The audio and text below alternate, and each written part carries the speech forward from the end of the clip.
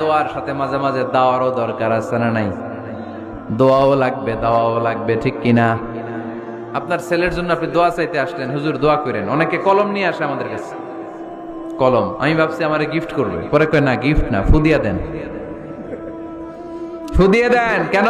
আমার ছেলের পরীক্ষা, আপনার ফু পাইলে গোল্ডেন এ প্লাস।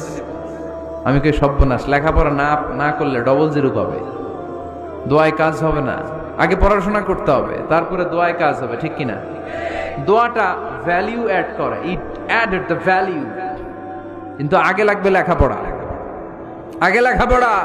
অসুস্থ হয়েছেন, খালি দোয়া চাইতেছেন, চিকিৎসা নেয়া বড় সুন্নাহ। আল্লাহর হাবিব সাল্লাল্লাহু আলাইহি ওয়াসাল্লাম অসুস্থ হলে চিকিৎসা নিতেন। সুবহানাল্লাহ পড়েন। দোয়ার সাথে দেওয়া লাগবে। এক ছেলে পীর সাহেব হুজুরের কাছে দোয়া চাইছে, হুজুর আমার সন্তান নাই, আল্লাহ যেন একটা ছেলে দেয়, দোয়া করেন। হুজুর দোয়া করছে, ছেলে হয় নাই। পরের বছর আবার দোয়া, হুজুর দোয়া